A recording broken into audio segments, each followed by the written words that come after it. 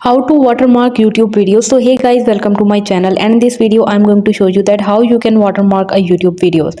So guys, you can create a watermark image. Design a small transparent image that represents your brand or the channel, and this could be a logo, text, overlay, or any other visual elements that identifies you. So save the image as the high quality, and then you can upload this on your YouTube, and then you can upload it as your watermark. Also guys, you can use the video editing software. Open the video that you want to add watermark into the video editing software like Adobe Premiere or the Pro Final Cut Pro. I usually use the CapCut. So let me open this. You can see the CapCut. So place the watermark image on your video track and the above video footage, adjusting its size, position and transparency as needed, and export the video with the watermark visible.